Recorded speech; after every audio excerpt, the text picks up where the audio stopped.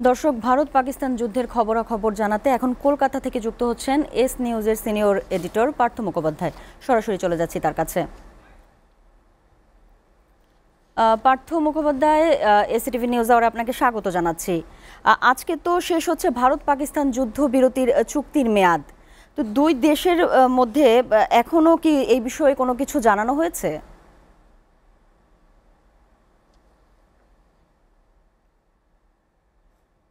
বিরোধী শব্দটা ভারতের তরফ থেকে কখনোই ব্যবহার করা হয়নি। ভারত বারবার করে যে কথাটা বলেছে সংঘর্ষ বিরতি।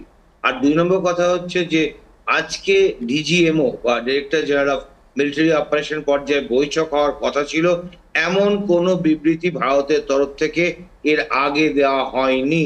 এটা মূলত পাকিস্তানের তরফ থেকে সেখানকার প্রশাসনিক স্তরে জানানো হয়েছিল যে ১৮ তারিখ মানে আজকে রোববার ডিজিএমও লেভেলে দু দেশের মধ্যে একটা বৈঠক হতে পারে, কিন্তু এটা কোনো কনফার্মেশন ইন্ডিয়া মিডিয়াতে ছিল না।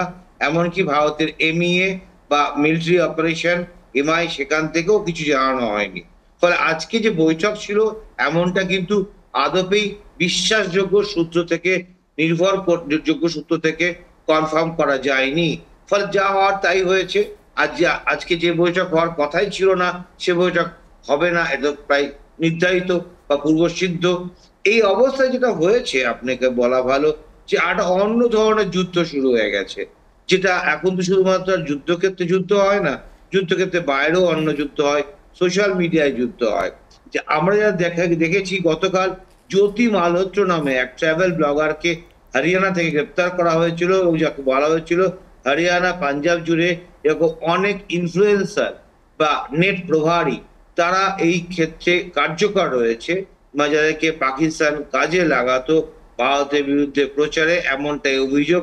সেই অভিযোগ করেই মাফ করবেন, সেই হিসেবেই এখন বলা হচ্ছে শুধু হরিয়ানা নয়, এখন তার সঙ্গে উড়িষ্যার আরেকটি মহিলা প্রভারী বা সোশ্যাল ইনফ্লুয়েন্সার তার উপর নজরদারি রাখা হচ্ছে এনআইএ বা জাতীয় তদন্তকারী সংস্থার তরফে।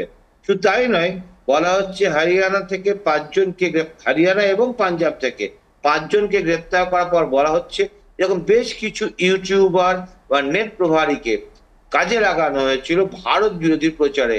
ঠিক যেমনটা জ্যোতি মালহোত্রা পহেলগাঁওয়ের হামলার পর ভারতের ভূমিকা নিন্দা করে তার ইউটিউবে বক্তব্য রেখেছিলেন, এটা প্রমাণ রয়েছে।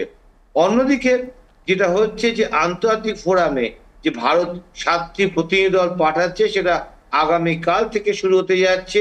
ভারতের সাংসদদের, সেটা সরকার পক্ষ এবং বিরোধী পক্ষ, যার মধ্যে কংগ্রেস আছে প্রধান বিরোধী দল, তৃণমূল কংগ্রেস আছে তৃতীয় বিরোধী দল সহ সব কটা বিরোধী দলের নেতৃত্বকে নিয়ে এক একটা প্রতিনিধি দল করে পাঠানো হচ্ছে বিভিন্ন জায়গায়, যার মধ্যে ইউরোপীয় ইউনিয়ন আছে, রাষ্ট্রপুঞ্জের নিরাপত্তা পরিষদের সদস্য দেশগুলো রয়েছে, এমনকি আরব দুনিয়া রয়েছে। যেমন আরব দুনিয়াতে যে টিমটা যাচ্ছে সে টিমটাতে রয়েছে প্রধানমন্ত্রী নরেন্দ্র মোদী কট্টর বিরোধী বলে পরিচিত আসাদুদ্দিন ওয়াইসি। কারণটা মনে করানো হচ্ছে যে বিশ্বের সামনে পোট্রে করা হবে যে এই মুহূর্তে সমস্ত ভারতবাসী এক কাট্টা সন্ত্রাসবাদের বিরুদ্ধে যুদ্ধে। এবং তার সঙ্গে যেটা ইন্টারেস্টিংলি এই সবকটি সংসদীয় দলের সঙ্গে জুড়ে দেওয়া হয়েছে ২-৩ জন করে প্রাক্তন কূটনীতিক, যারা আন্তর্জাতিক ক্ষেত্রে বিশ্ব আঙ্গিনায় ভারতের কূটনীতিক হিসাবে পরিচিত মুখ। ঠিক যেমনটা ধরুন গিয়ে সৌদি আরবে যে টিমটা যাচ্ছে সে ওই অঞ্চলে সেই টিমে রয়েছেন হর্ষবর্ধন সিংলা। বাংলাদেশের মানুষ নিশ্চয়ই মনে রাখতে জানেন যে হর্ষবর্ধন সিংলা একসময় ঢাকায় ভারতের রাষ্ট্রদূত হিসাবেও কাজ করেছেন। সব মিলিয়ে ভারত সমাজ মাধ্যমেও এবার প্রচারটা শুরু করেছে পাকিস্তানের বিরুদ্ধে। কিন্তু একটা জিনিস স্পষ্ট, সংঘর্ষ বিরতি রোববার শেষ হচ্ছে এমন কোন তথ্য ভারতের তরফ থেকে এখনো পর্যন্ত জানানো হয়নি। জি পার্থ, আপনাকে ধন্যবাদ।